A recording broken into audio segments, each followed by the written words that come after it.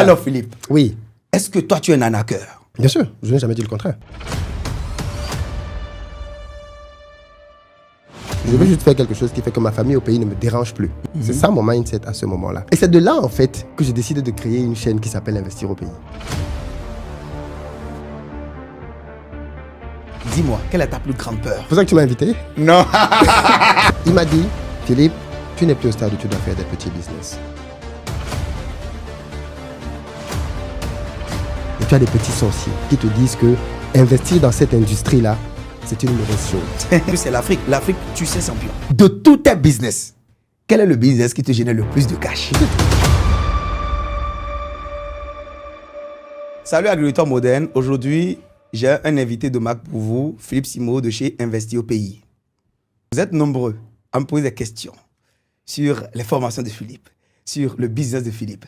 Est-ce que Philippe, quelque part, est-ce qu'il est crédible? Est-ce que Philippe a une ferme? Est-ce que Philippe a nanani nanana? C'est maintenant l'opportunité de poser toutes vos questions que vous me posez en offre à Philippe. J'ai eu la chance de rencontrer Philippe pour la première fois. Je l'ai côtoyé pendant quelques jours et honnêtement vous parlant, déjà, moi j'ai mon point de vue que je vais donner à la fin de cette vidéo. Et donc, tous ceux qui sont prêts à découvrir la réalité sur Philippe, est-ce un arnaqueur, un imposteur ou un génie incompris? On va découvrir tout de suite et c'est dans cette vidéo. Salut les gens, pour ceux qui ne me connaissent pas, je suis Monsieur Taladé Wansou, je suis consultant en agriculture rentable, je suis paysagiste, ingénieur agronome praticien, entrepreneur, je te parle sur ma chaîne ici d'agriculture, du développement, de l'investissement en Afrique, des intérêts de vous les Africains et de moi aussi, des plantes et de leurs vertus. Et si c'est des thématiques qui toi te passionnent, tu es au bon endroit. Ce que tu vas me faire dans un premier temps, tu me likes cette vidéo pour appartenir à cette grosse communauté, tu t'abonnes à la chaîne, tu actives la cloche de notification pour ne plus jamais louper de pareil contenu et tu partages cette vidéo partout sur tous les réseaux pour faire grossir cette magnifique communauté d'agriculteurs modernes. On y va! Prrrra.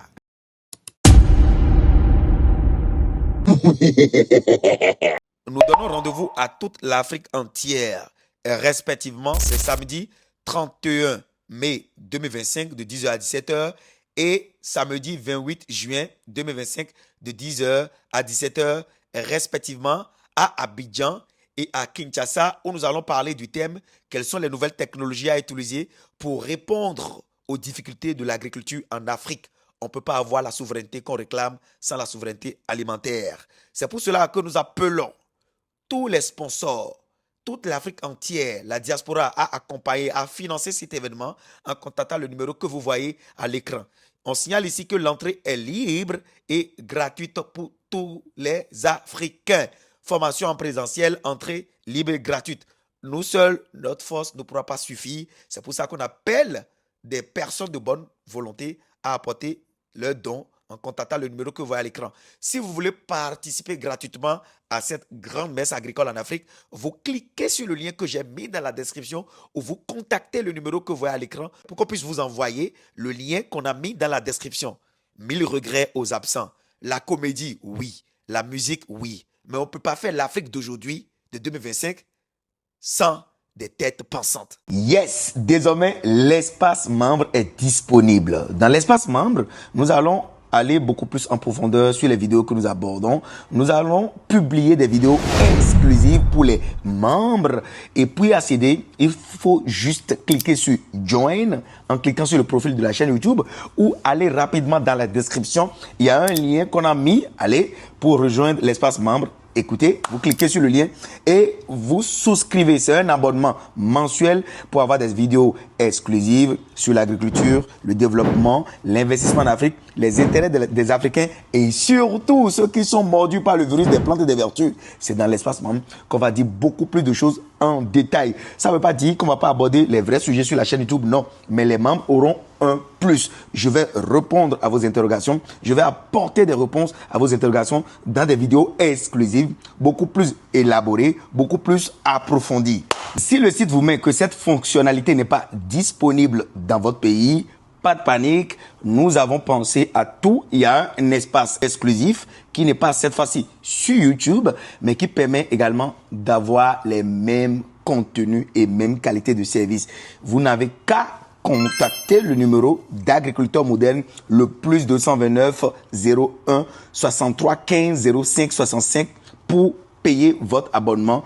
Nous avons 4 abonnements et vous faites votre choix pour bénéficier de pépites d'agriculteurs modernes. Les gens, on y va dans le vif de cette vidéo. Bonsoir Philippe. Waouh. Salut, salut. Valère. Alors Philippe, Oui. est-ce que toi tu es un arnaqueur?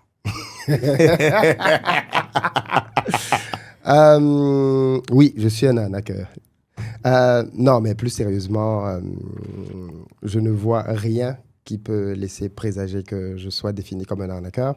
Je pense qu'il faut être un farceur, quelqu'un qui, soit, comme on dit chez nous, n'allume pas son cerveau pour croire à de telles débilités. Parce que avec les années, ce qui a fait ma crédibilité sur Internet, je pense, c'est ma transparence. C'est le fait que j'ai toujours montré ce que je fais, quand ça marche, quand ça ne marche pas. J'ai toujours été très transparent. Très bien. Et je pense que les gens, peut-être qu'on va, on va arriver à ça, mais les gens ignorants ont une très mauvaise définition de ce que c'est qu'un entrepreneur. Pour beaucoup de gens, un entrepreneur, c'est quelqu'un qui réussit tout ce qu'il fait, ce qui est bien évidemment archi faux. Et tu auras toujours des gens qui, pour essayer de démontrer que je ne suis pas du tout quelqu'un de crédible, vont s'arrêter sur ce qu'ils considèrent, eux, être soit des échecs, soit des éléments sur lesquels je n'ai juste pas communiqué pour dire, bon, mais comme il ne parle plus de telle chose, ça veut dire que ça ne marche pas, ou comme il ne parle plus de telle chose, ça veut dire qu'il a échoué, ainsi de suite. Mais globalement, je suis là pour que tu me confrontes et que tu me dises d'où vient l'arnaque. Honnêtement. Alors Philippe, j'ai quelques questions à te poser. Je suis là pour ça. Je connais ton honnêteté intellectuelle Oui. et je connais ton niveau de mindset. Je sais que tu vas pas mal les prendre. C'est juste ce que les gens pensent tout bas, que je prends le lead aujourd'hui pour te poser. Je n'ai pas des idées bizarres sur toi. Je sais que tu es une bonne personne. Tu travailles beaucoup. La belle preuve, déjà même dans la création de contenu, ce que tu fais, très peu de gens sont capables de le faire. D'accord? J'imagine si tu utilises cette même énergie pour tes entreprises, personne ne pourra t'arrêter. Ça, c'est moi, mon avis. Alors Philippe, tu avais au début de tes chaînes, ou ta chaîne Investi au pays, commencé par des formations sur la volaille. L'élevage de poulet. Le levage de poulet. Oui. De chair. De chair. Oui. Pourquoi tu as commencé cette formation? Et où est-ce qu'on en est aujourd'hui? Alors, c'est très bien de poser ça comme première question d'ailleurs. Merci. Parce que ça permet d'avoir une historique que beaucoup de gens n'ont pas. Parce qu'en fait, on a une communauté qui grandit très vite. Ma chaîne a plus de 2000 vidéos. Et quand quelqu'un me découvre en 2024, 2023, 2025, il n'a pas l'effort intellectuel, parce que les gens sont très paresseux, d'aller regarder les 1000 vidéos que j'ai fait avant. Il me trouve à une certaine période, il commence à me suivre à ce niveau-là. Et il ne comprend pas beaucoup de choses qui se sont passées avant qu'il n'arrive sur la chaîne. Alors, je me lance sur YouTube pour il y a plusieurs raisons, mais l'une des raisons, c'est que à la base, je travaille comme ingénieur en France et avec mon salaire et mes épargnes, je commence à faire plein de petits business au pays parce qu'il faut savoir que quand on est dans la diaspora, on a à cœur de faire des choses en Afrique. Et je commence à faire d'abord des achats de terrain. Des terrains de ville. C'est-à-dire, j'achète un terrain, je revends, j'achète un terrain, ainsi de suite, je laisse prendre de la valeur. L'immobilier. Jusqu'au jour où ma mère tombe sur une opportunité pour un terrain agricole, 3 hectares. Et je me dis, bon, comme tous les Africains, ça tombe bien parce que j'avais prévu de faire de l'agriculture plus tard. Moi, je suis ingénieur industriel à la base, pas du tout agronome. Mais on a des ingénieurs agronomes dans la famille. Des vampires. Parce qu'ils disent que c'est ingénieur, mais quand tu vois ce qui va se passer sur le terrain... Pourquoi tu as dit les vampires, Philippe? Parce qu'ils vont me faire perdre énormément d'argent en me promettant des rentabilités mirobolantes. Mais tout ça, je l'ai raconté sur la chaîne à plusieurs reprises. Je te laisse suivre. Donc, je me retrouve donc dans une configuration dans laquelle je donne de l'argent à des oncles qui sont ingénieurs pour qu'ils me fassent du piment, du maïs, du bananier plantain. Pour qu'ils te rendent riche, toi. Les 3 échouent. Parce que, tu vois, je découvre les tableaux, les business plans agricoles. Là où on te montre comment... Les chiffres. Tout est rose. Et tu penses que tu vas te faire des millions maintenant? Des millions. Donc, je leur donne tout ça et ça échoue. Entre-temps, j'acquiers... C'est la famille qui m'a vendu les 3 hectares, libère encore 3 hectares, j'achète. On passe à 6. Ainsi de suite. C'est comme ça que je vais agrandir mon exploitation jusqu'à quasiment 20 hectares, à force d'acquisition. De la même famille. Et bien évidemment, je commence donc à investir dedans de plus en plus. Mais j'investis dedans pour plusieurs raisons. L'une des raisons, c'est que je n'ai pas envie d'être dans une dépendance vis-à-vis de ma famille dans laquelle tous les mois, je leur envoie de l'argent. D'accord. Donc, je veux faire un petit business qui peut me permettre de générer le type de somme que je leur envoie, 500 € par-ci, voilà. Donc, mon objectif, quand je me lance là-dedans, ce n'est pas de faire de l'agriculture qui va me donner 10 millions par mois. Non, je veux juste faire quelque chose qui fait que ma famille au pays ne me dérange plus. Si ça peut m'apporter 300 000, 400 000, 500 000 par mois, c'est parfait. C'est ça mon mindset à ce moment-là. Et je me tourne naturellement vers l'élevage de poulets. Comme j'ai de la trésorerie, j'entame donc le processus de construire une ferme. Ce qui va coûter beaucoup d'argent. Je me retrouve à construire donc un bâtiment de ferme pour y faire de l'élevage de poulets. Et tant bien que mal, je galère sur pas mal de petites choses, des petits vols, ainsi de suite. Mais je finis quand même par me stabiliser avec 500 poulets. Et je me rends compte que quand je commercialise mes 500 poulets, je me retrouve sur 40-45 jours avec une marge d'à peu près 600 €. Donc, arrondi sur un mois, à peu près 500 €. Et je commence à faire ça et je me rends compte que, en fait, finalement, c'est pas si mal que ça. J'ai une ferme de 500 poulets. À partir de ce stade-là, quand des amis me demandent, je commence à en parler autour de moi. Et je me rends compte que beaucoup de gens de la diaspora sont intéressés par ça. On a en fait les mêmes problèmes. On a la famille au pays, on veut faire quelque chose là-bas, mais on ne sait pas comment faire. Et tout le monde me demande, mais comment tu fais pour faire ça en étant dans la diaspora? Et je me rends donc compte à ce moment-là qu'il y a un problème, il y a une niche là sur laquelle je peux aller. Et c'est de là, en fait, que j'ai décidé de créer une chaîne qui s'appelle Investir au pays. Donc, c'est de l'agriculture, de ton aventure de l'agriculture, que tu as décidé maintenant de créer Investir au pays. Tout à fait. Parce que moi aussi, j'étais découvert avec le poulet. Tout à fait. Et donc, dans mes débuts, je vais beaucoup parler d'agriculture. Parce que c'était principalement ce business-là que je faisais. C'est pas le seul, puisque je faisais aussi un peu de terrain. Bien, en France, je faisais d'autres choses. Je faisais de l'immobilier en France, ainsi de suite. Mais là, je parle de la partie Afrique. Et donc, au début, je me dis donc, en fait, la diaspora veut faire des choses en Afrique. On va donc faire une chaîne où on va parler de ça. Mais en parallèle de ça, je me dis quand même que, OK, faire une chaîne sur laquelle tu vas parler de ton aventure en Afrique, c'est bien. Mais comment tu monétises ça? Je découvre donc l'infopreneuriat. La possibilité de vendre ton savoir. Parce qu'en fait, il faut comprendre que, et je pense que tu dois très facilement comprendre ça, quand tu as un savoir, les gens t'appellent et te prennent beaucoup de temps pour te poser des questions. Pour te perdre beaucoup de temps inutilement. Voilà. Et je commence à me dire, plutôt qu'on m'appelle tout le temps, je vais commencer à faire des vidéos où je réponds aux questions qu'ils me posent. Comme ça, quand quelqu'un veut, je lui dis juste, va regarder sur la chaîne. J'ai déjà répondu. Et si tu veux savoir plus, tu me payes pour qu'on prenne le temps de parler, pour qu'on prenne le temps de parler et que je t'explique. Voilà comment je vais me lancer sur YouTube. Et ma chaîne va croître quand même assez rapidement. Quand je vais atteindre les 9 000 abonnés, je n'avais même pas encore 10 000 abonnés, je vais faire ma première formation qui s'appelle « Comment lancer un élevage de poulets en Afrique avec moins de 2 000 €. Parce qu'à ce moment-là, je vais me rendre compte, après que je me sois lancé, qu'en fait, j'avais fait beaucoup d'erreurs. Je n'avais même pas besoin d'aller investir des millions pour construire un bâtiment de ferme. Il y a beaucoup de gens qui ont des fermes qu'ils n'utilisent plus et qu'ils louent chez nous au Cameroun à 50, 100 000 francs. Ça veut dire que tu peux bénéficier de l'infrastructure que quelqu'un a déjà construite pour pouvoir te lancer et de plus supporter les coûts de construction de la ferme qui, pour beaucoup de gens, était le blocage parce qu'à cette époque-là, quand tu parlais de te lancer dans l'élevage de poulets, tout le monde imaginait un business dans lequel tu dois construire une ferme. Et donc, quand je vais sortir le titre de ma formation, parce que le titre d'une formation, c'est très important, comment se lancer dans l'élevage de poulets avec 2 000 €, ça va faire un carton. Tu as eu beaucoup d'argent? Oh, j'ai eu beaucoup de... Oui, on va dire ça, surtout à cette époque-là. Mais je commence à vendre cette formation pas cher, à 300 €. Je la vends à 300 €. C'est ma première formation que je sors. Mais attends d'abord. Voilà la question que les gens me posent, Philippe, ou les agriculteurs de ta chaîne me posent. Est-ce que toi, tu es un ingénieur agronome? Est-ce que toi, tu as fait une formation en agriculture avant de vendre une formation aux gens? Il faut être stupide. Mais vraiment, il faut être stupide pour raisonner comme ça. Est-ce que Aliko Dangote qui fait le pétrole, il est ingénieur en pétrole? Non. Il fait les tomates. Il est ingénieur en tomates? Non, c'est un entrepreneur, c'est un investisseur. En fait, le problème de beaucoup de gens, c'est que les gens posent des questions qui démontrent leur ignorance. Et j'ai toujours dit ça, j'ai même fait plusieurs explications là-dessus. il y a une très grande différence entre un technicien et dans un podcast qu'on a fait, tu l'as expliqué, tu n'es pas un technicien agricole, tu es un ingénieur agronome. Ton rôle n'est pas d'aller planter des semences tous les jours. Non. Mais je suis sûr que si on va même fouiller, tu trouveras des gens qui te reprochent le fait que toi, tu es quelle qualité d'ingénieur qui fait des vidéos et qui n'est pas dans le champ à planter les patates. C'est le même type de logique. Quand quelqu'un te dit, est-ce que tu es ingénieur agronome? Parce qu'en fait, moi, ce que j'ai compris, c'est qu'aujourd'hui, le monde a changé. Ouais.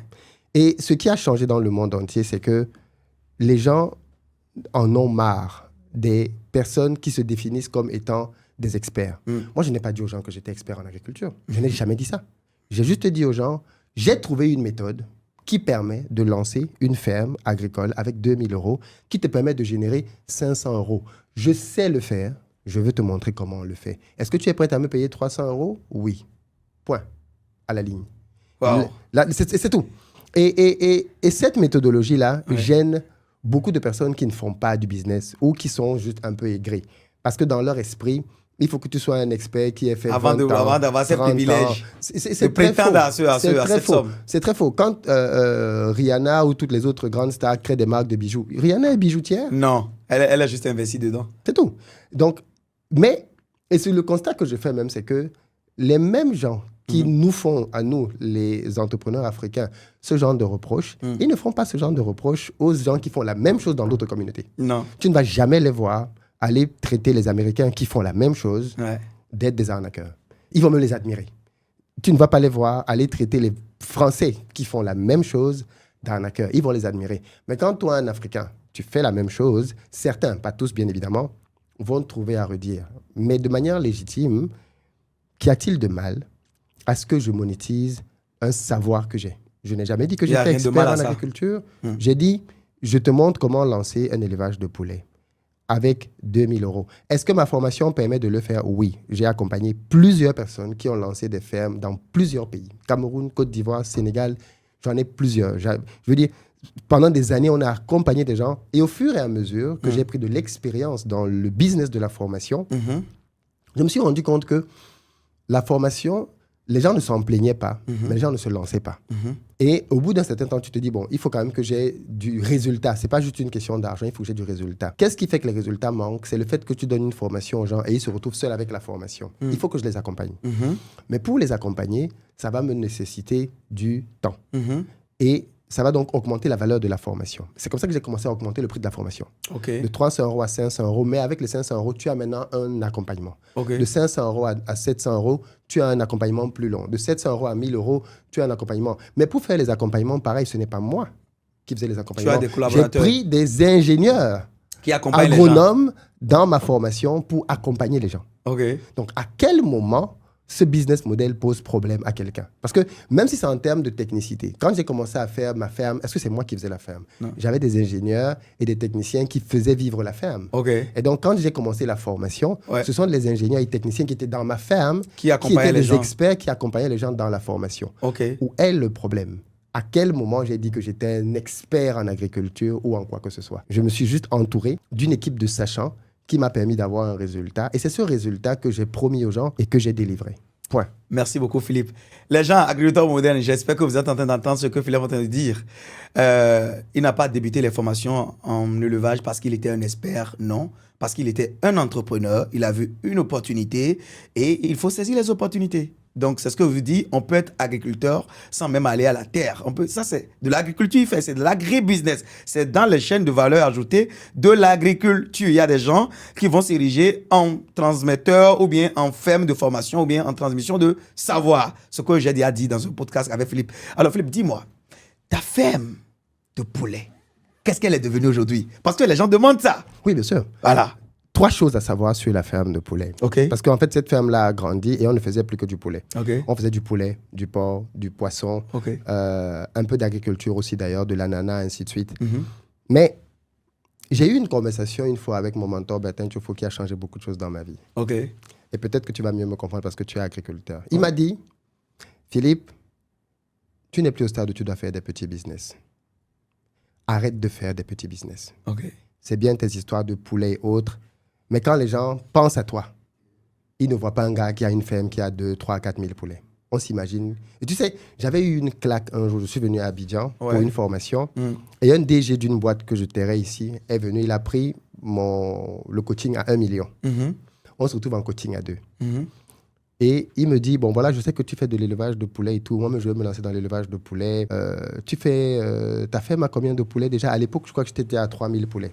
Je lui ai dit, oui, on est sur 3000 poulets. Il était choqué. Il me dit, ah bon, 3000 seulement? Il dit, parce que moi, je veux lancer un truc à 100 000 poulets. 100 000 poulets. Et comment toi, tu vas coacher quelqu'un qui veut lancer 100 000 poulets alors que tu as 3000? Je lui ai dit, non, moi, ce n'est pas du tout mon niveau. Je ne suis pas l'homme qu'il te faut. Mais qu'est-ce que ça m'a montré? Ça m'a montré la perception du niveau de business auquel les gens de ce niveau-là me pensaient. Je me suis posé un certain nombre de questions très simples. Les gens parlent beaucoup de ROI, Return on Investment. On parle très peu du ROE, Return on Energy. Aujourd'hui, quand tu es entrepreneur, si tu as 2 business, Valère, un dans lequel tu mets 3 heures de temps de travail, il te donne 1 million. Un autre dans lequel tu mets 3 heures de temps, il te donne 15 millions. Et que tu continues de travailler dans ce qui te donne 1 million, on va dire quoi de toi? Tu es bête. Tu es bête, n'est-ce pas? Eh bien, c'est un peu la situation qui s'est produite. Ok. J'ai décidé, il y a de cela 3 ans maintenant, de me lancer dans un projet beaucoup plus ambitieux que le projet d'élevage de poulets, qui était un projet qui prenait beaucoup de ressources, beaucoup d'énergie pour très peu de résultats. Ok. Lequel? Tu peux je suis en train de construire un projet immobilier. Je suis en train de faire un projet immobilier sur lequel je ne veux pas beaucoup parler pour le moment parce que les phares... Mais toi, tu ne crois pas aux phares? Non, bien sûr. Non, je suis en train de construire une... Alors, toi, tu ne crois pas aux phares? C'est pour ça que tu m'as invité? Non. C'est pour parler des phares? Non, je suis en train de construire une résidence de haut standing qui est un projet à milliards de francs CFA, pour être totalement transparent. C'est un projet qui coûte des milliards de francs CFA et qui a des niveaux de rentabilité infiniment plus élevés. À quel moment tu penses que je vais encore venir prendre toute mon énergie? Tu connais l'énergie que demande une ferme. À quel moment je vais revenir prendre toute mon énergie pour aller la mettre pour suivre quelques poulets, quelques porcs et quelques poissons? Ça ne fait aucun sens de faire ça. Celui qui fait ça, si c'est juste parce qu'il veut montrer aux gens que je continue de faire quelque chose pour vous faire plaisir, pour vos beaux yeux, c'est son problème. Mais dans la vie, et ça tu le sais, on ne vit pas pour prouver les choses aux gens. Non. On vit pour être conforme à soi-même. Parce que je connais, il n'y a personne qui est plus infidèle que certains abonnés. Les mêmes qui aujourd'hui crient en disant que « Oh, mais Philippe, on ne voit plus sa ferme ». Quand ils vont voir mon building de haut standing demain, ils vont dire « Philippe, c'est un génie.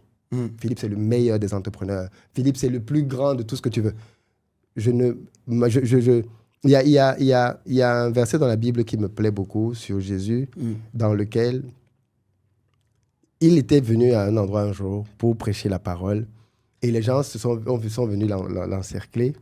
Moi, je suis fan de Jésus. Je trouve que les évangiles, qu'on ne soit même pas croyant, les lire, c'est un régal de sagesse. Et les gens sont venus l'encercler. Et Jésus a dit à ses disciples, non, on ne va pas juste leur prêcher la parole, faites-les asseoir et donnez-leur à manger. On connaît la fameuse histoire des quelques bouts de pain qui ont nourri 5000 personnes. Exactement. À la fin de ça, les gens ont commencé, donc la foule qui venait de manger a commencé à dire, il faut faire de Jésus le roi. Et les disciples sont venus dire à Jésus, mais gars, les gars, ils veulent faire de toi le roi. Jésus a dit à ses disciples, non, c'est parce qu'ils viennent de manger. C'est parce qu'ils viennent de manger qu'ils veulent faire de moi le roi. Et quand tu lis la Bible, tu te rends compte que la foule qui acclamait Jésus et qui voulait faire de lui le roi, quelques chapitres après, ce sont les mêmes qui disaient, lapidez-le, lapidez-le. Et la morale de ça, c'est que Jésus finit en disant, maudit celui qui met sa confiance en l'homme. D'accord. Maudit celui qui met sa confiance dans les commentaires de ses abonnés. Alors Philippe, tu as dit quelque chose et je n'ai pas beaucoup apprécié. Il faut que je le dise cash. Moi, je suis agriculteur. Et minimiser l'agriculture, c'est un affront pour moi. Non, je n'ai pas minimisé l'agriculture. Non, attends. Il faut que je te dise. Ou tu dis là maintenant tout de suite dans ce que j'ai dit là? Attends. Tu as dit que tu as trouvé un projet immobilier qui va générer beaucoup plus de revenus que l'agriculture, que les 3000 poulets, les 5000 poulets que tu avais. Mais est-ce que tu connais eBay? Oui, bien sûr. Idi Amin Diawara. Oui. Qu'est-ce qu'il a dit par rapport à l'agriculture, Philippe? Je trouve que ce qu'il avait dit n'était pas juste. Bon. J'ai fait une vidéo dans laquelle je commentais les propos d'eBay et je disais que ce qu'il disait, justement, était... Tu sais, quand on fait de l'agriculture, je ne suis pas le plus grand des agriculteurs. J'ai quand même fait suffisamment d'agriculture pour comprendre que c'est beaucoup plus complexe qu'on ne le pense, surtout si on veut le faire à un certain niveau. Les chiffres qui, monsieur eBay, qui est un aîné que je respecte beaucoup, c'est un entrepreneur de génie, ne prenait pas en compte beaucoup d'éléments comme l'irrigation, ainsi de suite. Parce qu'il avait donné quelques exemples de chiffres en disant que si tu mets ça dans la terre, tu vas avoir tel type de rentabilité. Mais il avait une ferme entièrement moderne, avec toutes les technologies de la pointe. Oui, mais dans les exemples qu'il donnait, il prenait un petit jeune au quartier en disant que si tu mets telle somme, ainsi de suite. Et je ne me rappelle plus exactement de ce qu'il avait dit. Mais si tu veux, au terme de cette vidéo, va regarder ma vidéo. Et j'expliquais pourquoi son calcul était simpliste, en fait. Il y avait des éléments qu'il n'avait pas pris en compte là-dedans. C'est pas pour dire on va débattre de ça à Bateau Africa. Mais c'est pas... en fait, ce que je veux dire, c'est que c'est pas pour dire que l'agriculture, c'est pas un bon business. J'ai toujours ma ferme. Attention, moi, si tu veux, je vais aller même un peu plus loin. Que tu comprennes bien ma démarche. Je ne t'ai pas dit que je n'ai plus de ferme. Je t'ai juste dit que je n'y ai plus mis mon énergie. Pourquoi je n'y ai plus mis mon énergie? Parce qu'elle ne te donne pas autant que tu voudrais. D'un, pas parce qu'elle ne me donne pas... Je n'ai jamais attendu qu'elle me donne autant que je voudrais. Tu sais, moi, à la base, je suis ingénieur industriel. Et ce qui fait vibrer mon cœur, c'est l'industrie. Ce que je veux vraiment faire dans ma vie, c'est l'industrie. Mais je veux faire l'industrie à un grand niveau, comme mon mentor, Bertin Thiofo. Et ça, c'est du business en milliards. Et si tu veux pouvoir faire du business en milliards, il faut que tu aies un effet de levier qui te permet d'aller chercher ce type de somme auprès d'une banque. L'immobilier est un excellent moyen pour aller lever ce type de somme. Avoir un immeuble qui génère tous les mois des dizaines de millions de francs CFA, c'est un excellent levier pour aller auprès d'une banque et lever des milliards pour aller faire son industrie. En fait, c'est ma stratégie qui fait juste que aller dans l'immobilier, c'est un excellent tremplin pour aller vers mon projet d'usine derrière. Rester dans les poulets ne le fait pas. Même si je fais du poulet et que je gagne les mêmes sommes que je peux gagner avec l'immobilier, le banquier ne viendra jamais s'appuyer sur la rentabilité de ma ferme parce qu'il va considérer que c'est volatile. Il va considérer que ça n'a pas la stabilité. Il va considérer qu'une grippe aviaire peut faire que du jour au lendemain, je perde tout mon cheptel, ce qui n'arriverait pas avec un bâtiment. Tu vois ce que je veux dire? Donc, c'est aussi la réflexion stratégique qui fait que, pour moi, l'immobilier permet d'avoir une base beaucoup plus stable de financement pour aller vers mon projet personnel derrière, qui est d'aller vers de l'industrie. Ce n'est pas que je suis en train de cracher sur l'agriculture en disant que ça ne rapporte pas d'argent. J'ai fait des formations dessus. Par contre, je dis juste que, attention, en termes de niveau d'énergie que ça va te donner, si tu veux commencer à gagner de très grosses sommes, comme eBay par exemple, il faut aussi que tu sois en mesure de pouvoir mobiliser un certain type de capitaux. Mais eBay a dit, Philippe, que construire une maison, c'est jeter l'argent par la fenêtre. Qu'une maison que tu construis dans l'immobilier même, si tu construis par exemple un immeuble de 100 millions ou de 200 millions de francs CFA, allez, on va sur 100 millions de francs CFA, ok? Tu as construit ton immeuble de 100 millions de francs CFA. Tu perçois des loyers à la fin du mois. Il te faudra combien d'années pour amortir cet immeuble, cet investissement? eBay est dans un ancien business model. Il est dans un ancien business model. Par rapport à l'immobilier. Par rapport à l'immobilier. Parce que je ne suis pas en train de faire mon immeuble pour percevoir des loyers. Je suis en train de faire mon immeuble pour percevoir de la location saisonnière. De la location saisonnière, c'est-à-dire tu veux faire des appartements meublés. Et en termes de rentabilité, j'ai déjà fait des études et des calculs et des chiffres pour le démontrer. Un appartement que tu loues à une personne par mois, par exemple, à 300 000 francs, ok? Le même appartement, si tu loues la nuit à 50 000 francs et que tu fais un mois plein, te donne 1,5 million. Supposons que tu ne loues pas tout le mois, parce que ce n'est pas réaliste, que tu loues 2/3 du mois, ça te fait 1 million. C'est déjà 3 fois la rentabilité que tu as avec un loyer que tu gagnes avec un loyer classique. Tu sais, dans le business de l'immobilier, il y a plusieurs schémas. Le problème, c'est que comme dans l'agriculture, tout le monde se rue vers le moins bon business model qui est de faire un immeuble et de le louer à des gens. Moi, je voyage un peu dans le monde entier, tu le sais. Et la grande majorité des immeubles que je vois dans nos pays sont indignes. Ils ne sont pas bien faits. Les finitions sont ratées. Ça ne donne pas envie. Le standing n'y est pas. L'Afrique est la zone du monde dans laquelle l'hôtellerie coûte le plus cher, de très loin, quasiment, par rapport à la qualité des biens qu'on a. Tu vas aux États-Unis, tu as une nuit d'hôtel dans un hôtel 4 étoiles à 80 000 francs. Tu viens dans nos pays. J'ai regardé les prix du Sofitel ici, au Bénin, en venant ici. Les prix de la nuit au Sofitel étaient quasiment à 400 €. C'est un hôtel. 400 €. Et 5 étoiles? 5 étoiles. Mais il y a d'autres hôtels, les Novotel et autres qui sont des 4 étoiles, Azala et autres. Tu es quand même là aussi sur plus de 100 €. Ouais. Alors que quand tu vas donc là et que tu vois la prestation qu'on t'offre et que tu la compares à la même prestation en Asie, le prix est divisé par 3 en Asie. Ouais. Ça veut dire que l'hôtellerie rapporte énormément. L'un des hommes les plus riches de ce continent, c'est Mossadegh Bali, avec les hôtels Azalaï. Ouais. Quand on est dans les anciens business models, comme quelqu'un qui veut faire... Tu connais les erreurs qu'on peut faire en agriculture. Quand on est dans les anciens business models, on peut dire que l'agriculture ne marche pas, comme nos grands-parents au village. Ça ne marche pas, ça ne donne rien. Il est dans les champs tous les jours. Mais tu sais, comme moi, que c'est le business model qu'il a qui n'est pas bon. Et avec ça, il ne s'enrichira jamais. Eh bien, il y a le même parallèle dans l'immobilier.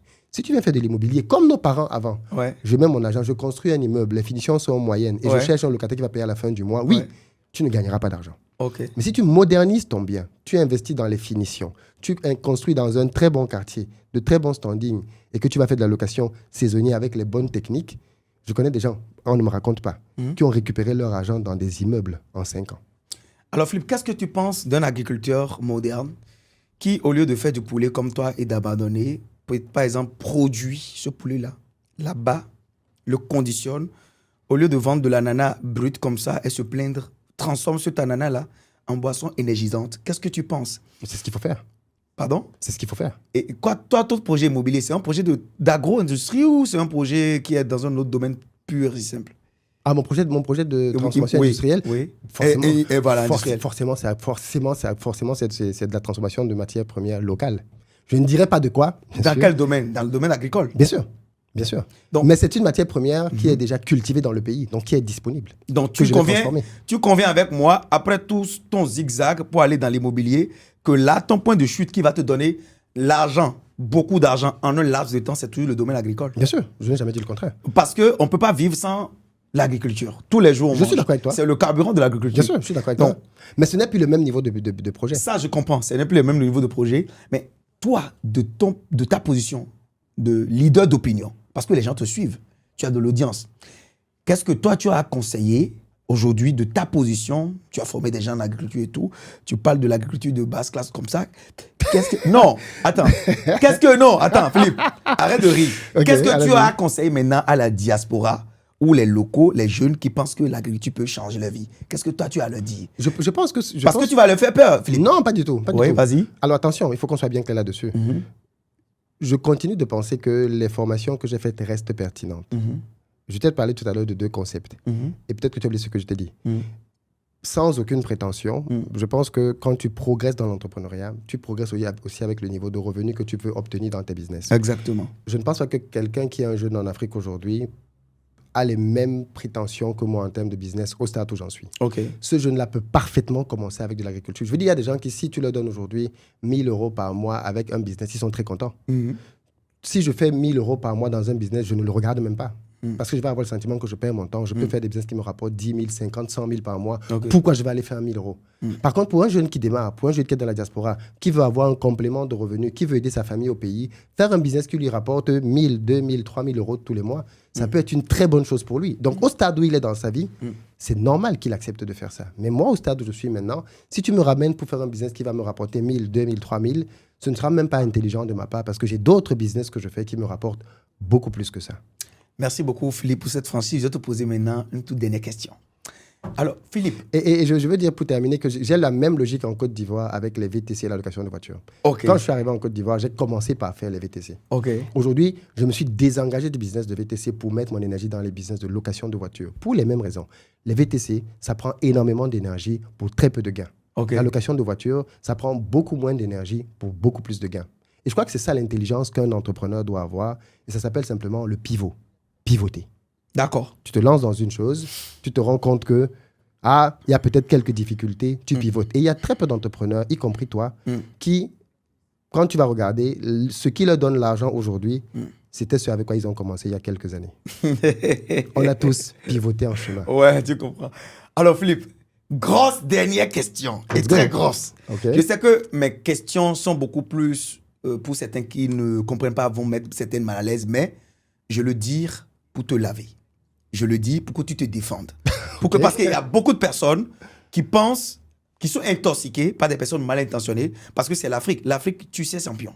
D'accord? Moi, quand je suis quelque part et les gens regardent ta vidéo, ils disent « Ah non, c'est un arnaqueur, il vit des formations et tout. » Philippe, qu'est-ce que tu as dit de ça?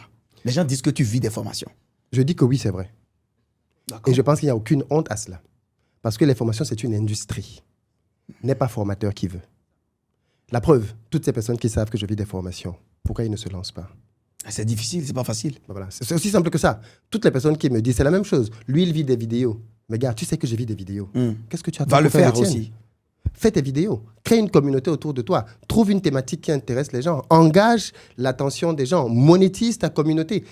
Des Américains sont devenus multimilliardaires avec ça. Bien sûr. Des Européens sont devenus multimillionnaires en euros avec ça. Pourquoi je devrais avoir honte de vendre mon savoir? Parce qu'il y a quelques ignorants, frustrés et parfois jaloux, que ça gêne. Pourquoi? C'est une industrie. Bien sûr. C'est une industrie qui existe. C'est le game. Et je veux dire, à partir du moment où tu délivres ce que tu as promis, où est le problème? Il n'y a pas de problème. Qu'est-ce que Harvard vend? Harvard vend de la connaissance et du réseau. Bien sûr. Mais Harvard vend de la connaissance. Ouais. Qu'est-ce que la plupart des grandes écoles vendent? D'ailleurs, pire, qu'est-ce qu'on peut dire de nos systèmes de formation dans lesquels tes parents ont payé ton éducation de la maternelle jusqu'au bac plus 5 et au terme de tout ça, tu es au chômage? Ça vaut rien. Combien de millions tes parents ont jeté là-dedans? Beaucoup. Est-ce que tu t'es levé pour aller dire que l'école, c'est n'importe quoi, ce sont des arnaqueurs? Non. Par contre, quand c'est Philippe Simo, tu ouvres ta bouche. C'est pas moi, en fait. Non, j'ai dit, je me suis tu ouvres ta bouche pour venir dire que c'est une arnaque. Non, je pense que c'est comme beaucoup de choses, tu vois. Et je pense qu'il faut aussi accepter d'être incompris. Moi, je me suis souvent dit que les Africains viennent à la fête quand on a déjà coupé le gâteau. Ouais. Quand les Africains vont se lever pour comprendre la pertinence qu'il y a dans l'industrie de la formation, ce sera trop tard.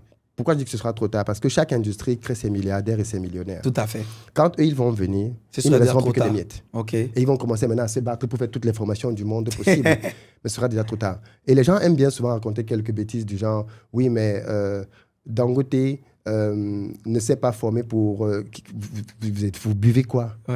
Dangote passe son temps à se former. Dangote paye la compétence.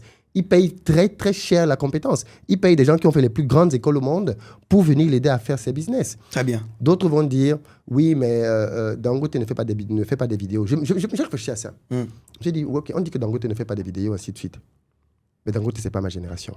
Non. Dangote n'utilise pas TikTok. Non. Dangote n'utilise pas Instagram. Il ne sait pas comment l'utiliser. Il ne sait même pas comment ça marche. Est-ce que c'est logique, en 2025, qu'un entrepreneur qui se lance aujourd'hui n'utilise pas les réseaux sociaux? Il est mort. Non. Mais Dangote ne les utilise pas. Donc, il faut que les gens comprennent aussi que nous sommes un entrepreneur et c'est pour ça qu'Elon Musk est devenu l'homme le plus riche de la Terre. Il utilise les réseaux beaucoup. Au-delà des réseaux, c'est qu'Elon Musk a j'ai un grand frère, Rick Alindou, qui définit un entrepreneur en disant un entrepreneur, c'est quelqu'un qui voit là où le monde est en train d'aller, qui va se placer là-bas avant tout le monde et qui vous attend. Ouais, il anticipe quoi? Elon Musk a anticipé avec PayPal avant tout le monde. Bah ouais. Elon Musk a anticipé avec les voitures électriques avant beaucoup de gens. Quand j'entendais à l'époque, je disais mais qu'il était fou. Elon Musk a anticipé avec l'espace avant tout le monde. Et ces anticipations ont fait de lui l'homme le plus riche de la planète. Je sais que quand tu regardes toutes les prévisions, quand on te parle de tous les business qui vont marcher dans les prochaines années, le e-learning est un business qui est extrêmement bien positionné dans tous les classements en Afrique. Parce que le e-learning est ce qui va permettre de décloisonner la connaissance. Quelqu'un va être dans un petit village à Mombasa. Quelqu'un va être dans un petit village au Bénin. Grâce à sa connexion Internet, il va pouvoir savoir ce qui se passe en dernière technologie dans le monde entier grâce au e-learning. Et tu as des petits sorciers qui te disent que investir dans cette industrie-là, c'est une mauvaise chose. Alors Philippe, merci d'avoir été aussi franc avec moi et cash. Parce que moi, tu sais, on vient de se connaître. Tu vas me connaître davantage.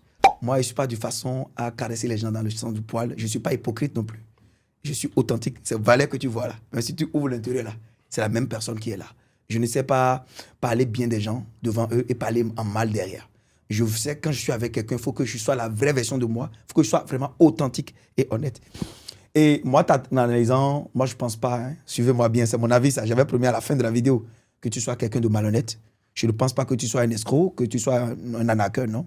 Je pense que tu es juste un génie incompris et que tu vois beaucoup plus de choses avant tout le monde. La vraie preuve, qui est-ce qui a inspiré beaucoup de personnes à commencer à créer du contenu par rapport à l'entrepreneuriat en Afrique? Mais c'est toi, Philippe Simo, tu es avant-gardiste, même s'il y avait des gens qui faisaient avant. Mais toi, tu es venu quand même faire l'apologie de la chose et aujourd'hui, énormément de vies sont changées grâce à ça. Ne serait-ce que regarder tes vidéos sur le poulet, ça me motive aussi à faire des contenus, etc. Et je pense l'impact de ces contenus que nous créons dans la vie de millions de gens. Effectivement, quand tu es une personne populaire, tu es comme un chef d'État. Tu feras des heureux et tu feras des mécontents. On ne peut pas faire des omelettes sans casser les œufs. Et tu ne peux pas plaire à tout le monde. Même Jésus n'a pas plu à tout le monde. Donc moi, ce que je te dis aujourd'hui dans cette vidéo, c'est merci pour tout ce que tu fais, que tu continues de faire. Par exemple, Back to Africa, c'est une initiation fantastique, incroyable. On t'attend. Non, j'y serai. Ne vous inquiétez pas. J'y serai à Back to Africa. C'est une initiative intéressante et fantastique. Vraiment, l'Afrique en a besoin. Et je voudrais qu'à ces rendez-vous-là, qu'on associe vraiment des gens qui veulent faire quelque chose de concret sur le continent, plus des gens qui vont venir se plaindre, j'ai payé 300 €. Parce que quelqu'un qui paye l'argent et qui se plaint, ça dit qu'il n'a pas compris déjà la vision de ce que tu fais. Il ne comprend pas ce que tu veux amener au continent. Il ne sait pas là où tu es en train d'aller. Et ton histoire de Back to Africa, vraiment, a changé beaucoup de vies, directement ou indirectement. Il y a des gens qui ont suivi des masterclass, qui ont eu des idées incroyables, qui ont amélioré leur business, etc. etc. Donc, je ne veux même pas parler de ça. Maintenant, Philippe, moi, j'aime l'argent. De tous tes business, immobilier, VTC, e-learning et tout, quel est le business qui te génère le plus de cash? Je l'ai toujours dit, je ne l'ai jamais caché la formation. J'ai été totalement transparent avec ça. C'est un business qui a un effet de levier très puissant. Pour une raison toute simple. Je suis très transparent avec ça. Parce que c'est un business qui a de très fortes marges. Par exemple, un business qui est très fort en cash aussi, c'est les ventes de maisons. Quand je vends une maison à 50 millions, si j'en vends 20, ça fait 1 milliard. C'est énorme. Je veux dire, Mais dans les 1 milliard, quelles sont mes marges? Quelle est ta part? Quelle est ma marge? Parce que tu dois payer le constructeur, tu dois payer l'architecte, tu dois payer l'ingénieur génie civil, tu dois payer les commerciaux. Donc, tu payes quand même beaucoup de personnes là-dedans. Par contre, en formation, même si tu vends moins qu'1 milliard, les marges sont beaucoup plus importantes parce que ce que tu payes le plus, c'est ta matière grise. Ouais. C'est que la connaissance en industrie. C'est de la connaissance et ça, bien évidemment, c'est quelque chose qui n'est pas palpable physiquement. Donc, en comptabilité, ça compte pour 0. Et donc, ça, fondamentalement, ça fait que c'est un business qui crée beaucoup de marge. Je l'ai toujours dit. Et c'est pour ça, d'ailleurs, que j'ai fait de la formation parce que je m'en suis bien rendu compte que c'est quelque chose qui va être au cœur de tout ce que je vais faire. Le jour où je vais construire mon usine, Dieu voulant, il y aura un centre de formation dedans. Toujours dans l'usine encore? Toujours. Donc, tu vas encore bouffer l'argent de l'usine et l'argent de la formation de l'usine encore? Bien sûr. en fait c'est ce que les gens ne comprennent pas. C'est que quand tu... Et c'est pour ça que quand tu n'es pas dans le business, tu peux pas comprendre. Tu ne comprends pas l'importance de la formation. Tout à fait. Combien d'entrepreneurs, toi, les gens viennent souvent te voir, qui ont perdu des dizaines de millions de francs CFA pour des détails que tu pouvais leur donner? Ouais, beaucoup. Même des centaines de millions. Des centaines de millions. À cause d'un tout petit truc. Qui aurait fait complètement la différence. Et tu as quelqu'un qui va venir dire, mais il y a tout sur Internet, non? Il n'a qu'à aller chercher alors. Mais comme je l'ai dit toujours, mais toi, tu dois être la personne la plus stupide au monde. Parce que si tu sais qu'il y a tout sur Internet, pourquoi tu n'as pas encore cherché pour devenir riche? Et tu viens encore maintenant pour faire truc. Donc, les gens ne sont pas conséquents par rapport à eux-mêmes. Et par contre, ce que j'aime, et tu l'as dit tout à l'heure, c'est qu'une très grande majorité de personnes, bien évidemment, comprend que ce sont de fausses accusations, que ce sont des gens qui n'ont pas de fondement. Et je n'ai pas fait cette vidéo pour essayer de leur répondre. Peut-être que je n'ai pas du tout fait cette vidéo. Déjà, quand tu m'as dit qu'on avait fait cette interview, tu ne m'as pas dit de quoi on allait parler. Et je n'ai pas eu de crainte par rapport à ça. Par contre, quand on me pose une question, je réponds. Et tu le sais, je fais beaucoup de live. Et je mets les liens pour que les gens montent en live. Si quelqu'un a quelque chose à me dire, je suis l'un des créateurs des contenus les plus accessibles qui existent. Tu prends ton lien, tu viens et on discute. Mais pourquoi les gens qui estiment donc que j'ai arnaqué ne montent jamais dans les lives pour venir me confronter? Jamais. Absolument jamais. Parce peut-être qu'ils se doutent qu'ils n'ont juste pas des arguments crédibles. Et j'ai remarqué que quand quelqu'un, de temps en temps, par exemple dans cette vidéo, tu vas peut-être avoir quelqu'un qui va venir mettre en commentaire « Oui, mais c'est un arnaqueur. » Pose-lui juste une question. C'est les réseaux. Non, mais il t'a arnaqué. Et il a arnaqué qui? Comment? Zéro réponse. Il n'y a rien. Donc, tu vois que... Et tu te rends compte que, en fait, ça n'a pas de substance. Parce que s'il y a quelqu'un qui a combattu quand même les arnaques sur Internet, c'est toi. C'est moi. Et ce serait quand même paradoxal que dans le même temps, je sois arnaqué des gens. Quoi. Mes entreprises, franchement, fonctionnent bien. Et les rares cas où j'ai eu des conflits avec des clients, il n'y en a pas beaucoup, ils sont très rares. c'est quand des clients ont exagéré. C'est-à-dire, tu vois, on dit vraiment, tu as abusé. C'est-à-dire que tu es allé vraiment trop loin. Quand le client, à la limite, veut te prendre pour un con, quoi. Et là, je dis non, stop. Je veux dire, on peut bien être sympa, on peut bien travailler ensemble. Mais à partir du moment où tu veux dire commencer à me traiter pour un con, ça n'a aucun sens, quoi. Et là, je ne vais pas céder. Et quand tu es entrepreneur, tu as déjà eu toi-même des clients qui sont de mauvaise moralité. Mauvaise moralité, chiant. Voilà. Et tu es obligé de dealer avec. Ça fait partie du game, quoi. Et parfois, tu sais que si tu cèdes à quelque chose, tu ouvres une porte pour tous les autres. Et parfois, il faut être ferme et dire non, stop. Je me rappelle l'histoire d'une dame qui avait pris un billet VIP pour assister à un de mes événements à 600 € en 2019. Cette dame-là n'est pas venue le jour de l'événement. Tu en as parlé dans l'une de tes vidéos. Elle n'est pas venue le jour de l'événement. Elle nous a contactés après. Ouais. Elle ne savait même pas que l'événement était passé. Ouais. Est-ce que c'est ma responsabilité? On t'a envoyé un mail avec ton billet. Tu n'es pas venu. C'est comme si tu as acheté un billet d'avion. L'avion est parti. Tu viens à la compagnie après, dis que mais le vol est parti. On te dit, bon, moi je lui dis, bon, tu sais quoi? Je vais te donner accès en VIP encore au prochain événement, gratuitement, en geste commercial. Elle dit, ok, d'accord, merci beaucoup. 2 semaines après, elle revient, elle dit, non, finalement, tu sais quoi, je veux que tu me rembourses. Ah non. Nonsense. Come on. Je lui dis, mais c'est pas possible. Cette dame-là est allée prendre un avocat qui m'a appelé. Ouais. Je lui ai expliqué ce qui s'est passé. Il a dit, mais qu'est-ce qui se passe? Il a dit à sa cliente, je ne peux pas te défendre. La même dame, 1 an après, est allée sur les réseaux sociaux, elle a commencé à pleurer parce que tu sais que les femmes, quand quelqu'un commence à pleurer, on a l'impression qu'il a raison. Elle a commencé à pleurer sur Internet en disant que je l'avais arnaqué. Elle n'a jamais vraiment raconté ce qui s'est passé. Donc, je veux dire, et tu as des gens comme ça, et c'est toujours comme ça. C'est-à-dire que quand quelqu'un vient avec une histoire, quand on creuse un tout petit peu, ça ne tient pas. Ça ne tient pas. Alors Philippe, aujourd'hui, oui. Est-ce que tu es heureux? Très heureux. Je suis très content. Je suis très, très content. Parce que je trouve que ce que je fais a un sens. Je suis au Bénin, tu n'as pas idée du nombre de personnes qui me croisent dans la rue, qui me remercient, qui me disent tes vidéos ont changé ma vie. Je veux dire, je suis vraiment... Je ne sais même pas si même un président dit ça. Parce que le président va l'apprécier parce qu'on veut peut-être qu'il farote, tu vois. mais franchement, les gens sont très contents, très reconnaissants du travail qu'on fait. Et pour moi, c'est ma plus grande fierté. Ce n'est pas mon nombre d'abonnés. Hein. Moi, ma plus grande fierté, c'est de savoir que le travail que je fais impacte les vies des gens et que ça change les vies des gens derrière. Et même dans des vidéos gratuites. Parce que le pourcentage de personnes qui achètent des formations chez moi par rapport à la taille de mon audience ne représente pas 1%. Waouh! Ça veut dire que 99% des gens qui me suivent le font gratuitement. D'accord. Alors, Philippe, aujourd'hui, on est en train de clôturer ce podcast. Dis-moi, quelle est ta plus grande peur aujourd'hui? Toi, Philippe. Ta plus grande peur? Ce serait, au stade où j'en suis, je ne sais pas si c'est vraiment une peur, mais ce serait de partir trop tôt. J'ai tout compris. Il faut prendre le phare. Agriculteur moderne, merci beaucoup d'avoir suivi ce podcast intéressant. Peut-être qu'on fera une autre vidéo sur le phare avec Philippe Simo, où il va utiliser ses arguments, je vais utiliser les miens. Et c'était un honneur pour moi de poser ces questions-là à Philippe, parce que honnêtement, nous tuons nos zéros. L'Afrique aime tuer. On aime mentir sur nos propres frères. C'est pas bien. Moi, je ne connais pas très bien Philippe. Il s'est défendu devant vous. Vous avez vu comment il a parlé. Il n'a pas bégayé. Il n'a pas dit bébé. Donc, il défie quiconque. Vous pouvez venir dans les commentaires, dire ce que vous voulez. Ça n'engage que vous. Si vous n'avez pas de preuves, on peut vous poursuivre pour ça. Tout c'est possible. C'est la même manière que quelqu'un me dise, moi, je lui ai planté des papayers, ça n'a pas donné. Et lui, en temps, il n'a pas arrosé les papayers.